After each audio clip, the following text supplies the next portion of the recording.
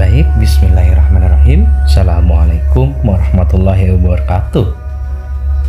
Bapak Ibu guru hebat Indonesia. Baik, kali ini saya akan memaparkan aksi nyata menyebarkan pemahaman mengapa kurikulum perlu berubah. Perkenalkan, saya Abdullah dari SMP Negeri 1 Blega. Merdeka belajar, adab dulu baru ilmu. Kurikulum mencakup pengertian, tujuan, fungsi, dan komponen. Baik, yang pertama, pengertian kurikulum secara etimologi. Istilah kurikulum berasal dari bahasa Latin, yaitu kurir, yang berarti pelari, dan curere, yang berarti tempat berpacu. Sehingga kurikulum dapat diartikan sebagai trek atau lajur yang harus diikuti seseorang untuk mencapai tujuannya.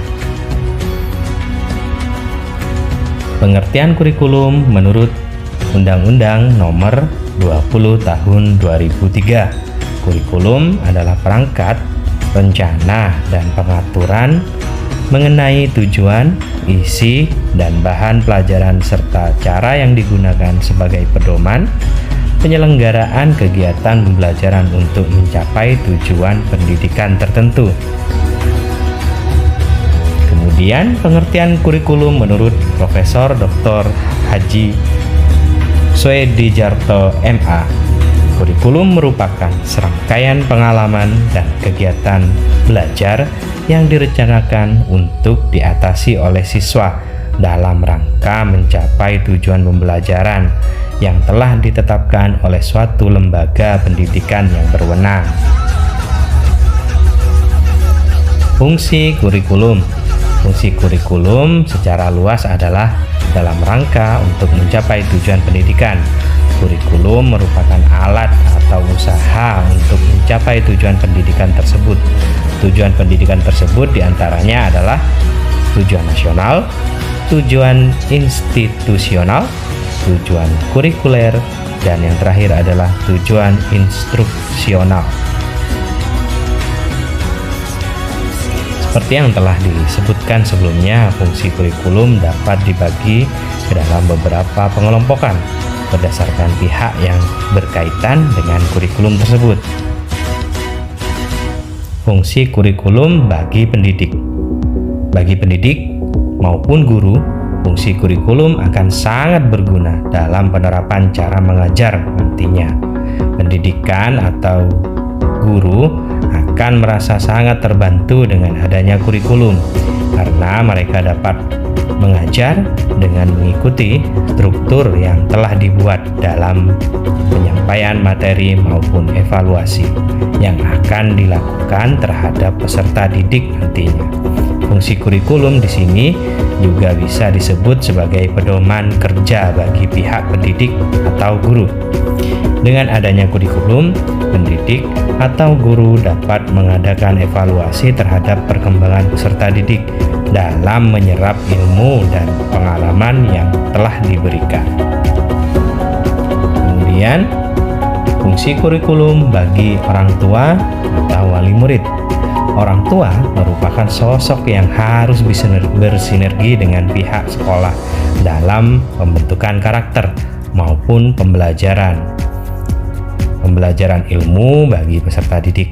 Oleh karena itu, orang tua diwajibkan untuk tahu kurikulum yang dipakai oleh sekolah anaknya, karena nantinya orang tua juga harus menuntun dan memberikan pengajaran pada anak sesuai dengan kurikulum yang diterapkan.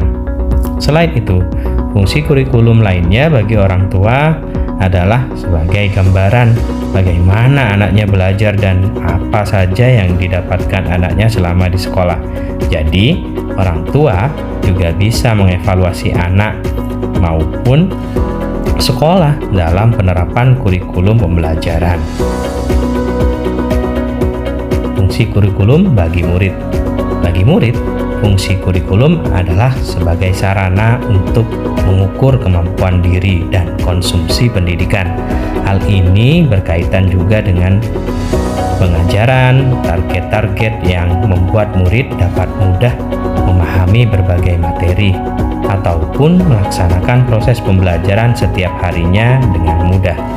Kurikulum akan mempermudah murid dalam memetakan apa yang harus ia kerjakan sesuai dengan evaluasi yang dilakukan oleh guru. Tujuan kurikulum. Kurikulum dibuat dengan tujuan menjadikannya alat pendidikan untuk menghasilkan siswa yang berintegritas. Kurikulum juga membuat siswa mengerti sistem pendidikan yang diterapkan, sehingga siswa dapat memutuskan pendidikan yang ia inginkan di jenjang selanjutnya. Kurikulum dibuat bertujuan memeratakan pendidikan dalam suatu negara, membimbing serta mendidik siswa agar menjadi pribadi yang cerdas, berpengetahuan tinggi, kreatif, inovatif, bertanggung jawab, dan siap masuk dalam kehidupan bermasyarakat.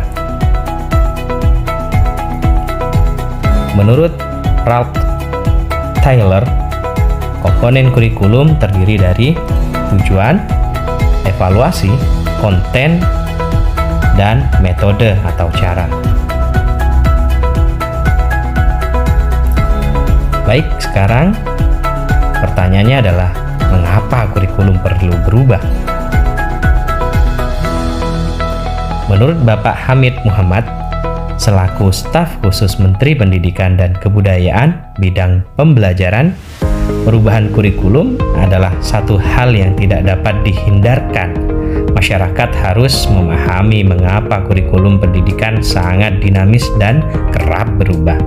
Sejatinya, dalam dunia pendidikan, adanya kurikulum sangatlah penting. Arah dan tujuan pendidikan diatur di dalam kurikulum, sehingga dalam merancang, melaksanakan, dan mengevaluasi pembelajaran, guru akan berpatokan pada kurikulum yang dipakai di suatu pendidikan. Isu kekinian yang menuntut perubahan kurikulum. Yang pertama pastinya global warming atau perubahan iklim global. Kemudian perkembangan teknologi yang saat ini sangat pesat perkembangannya.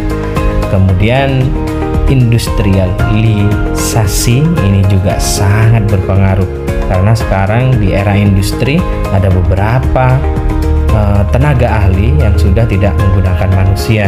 Jadi manusia di sini harus mengadu evaluasi dirinya dan kemampuannya dengan mesin. Jadi manusia di sini harus melangkah lebih maju. Kemudian yang terakhir adalah transformasi budaya. Jadi keempat ini bersinergi untuk menuntut perubahan kurikulum. Kurikulum perlu berubah karena satu, sebagai adaptasi untuk mengikuti perkembangan zaman. Dua, menyesuaikan dengan karakteristik sekolah dan kebutuhan peserta didik. Ketiga, menyiapkan generasi yang mampu memandang ke depan, dalam kurung visioner.